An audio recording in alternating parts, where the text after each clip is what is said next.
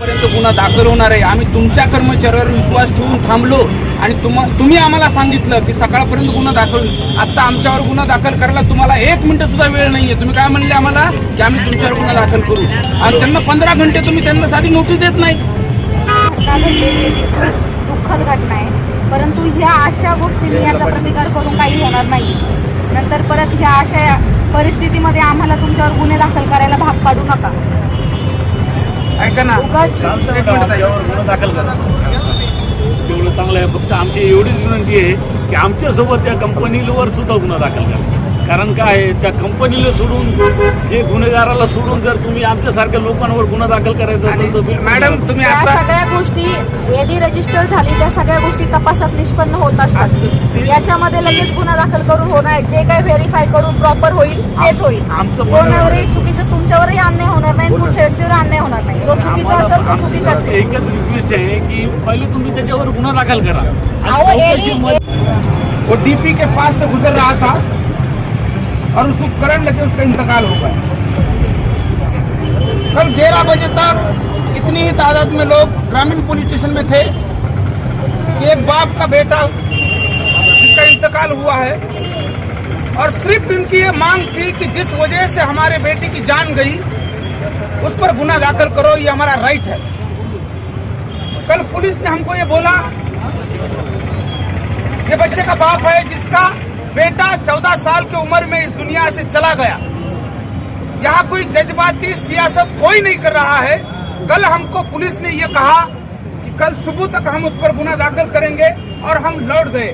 ना कोई नारा था, ना कोई अनबन थी, ना कोई नाराजगी थी. हमने पुलिस पर भरोसा करके पुलिस स्टेशन से वापस आए. 10 बजे यहाँ इकट्ठा हुए. तब भी हम ये मांग कर रहे थे कि आप गुनाह दाखिल कीजिए. उनका ये कहना है कि हम चौकसी करेंगे, लेकिन जितना कानून हम समझते, मैं भी 15 साल पत्रकारिता में था. मुजीब साहब जो यहाँ बैठे वो सिटीजन के संपादक है, यहाँ तमाम नगर सेवक है सभी पार्टियों के, और इनका ये कहना है कि ये हमारा राइट है. दस्तूर के तहत किसी पर हमारा इल्जामात है कि हमारा बच्चे का इंतकाल हुआ और उस पर सिर्फ गुनाह दाखिल करो. हम ये तय नहीं कर सकते कि कोई दोषी है या दोषी नहीं है. वो अदालत है, वो तय करेगी कौन मुलजिम है, किसको सजा देनी चाहिए. तो पुलिस का सिर्फ ये फर्ज बनता है कि हमारा जो एलिगेशन है, हमारा बच्चा जिस वजह से जिसका इंतकाल हुआ उस पर गुनाह दाखिल करो. तुम अपना काम करो, हम अपनी मांग रख रहे हैं. लेकिन पुलिस अगर ये कहती है कि एक न्यायिक मांग मांगने की वजह से अगर आप हम पर गुनाह दाखिल करेंगे, तो मुजीब भाई का ये कहना है कि आप हम पर गुनाह दाखिल कीजिए, हम तैयार हैं.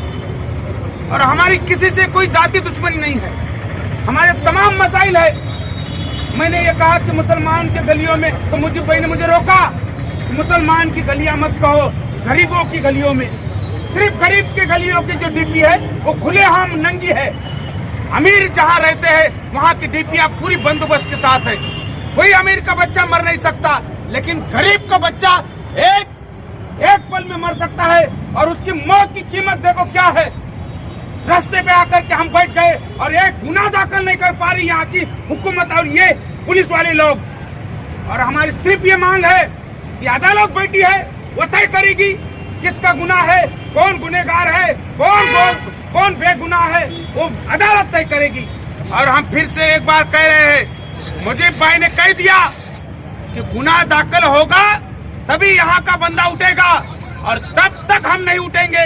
अगर आपने तो ये पुलिस की गाड़ी आप बुलाई दी है, एक गाड़ी से काम नहीं बनेगा, कई गाड़ियां ला देना. आप इतने लोग यहाँ पर है और अभी भी हम आपसे उम्मीद कर रहे हैं, हमें कोई फसाद नहीं करनी है. हम कानून का रिस्पेक्ट करने वाले लोग हैं.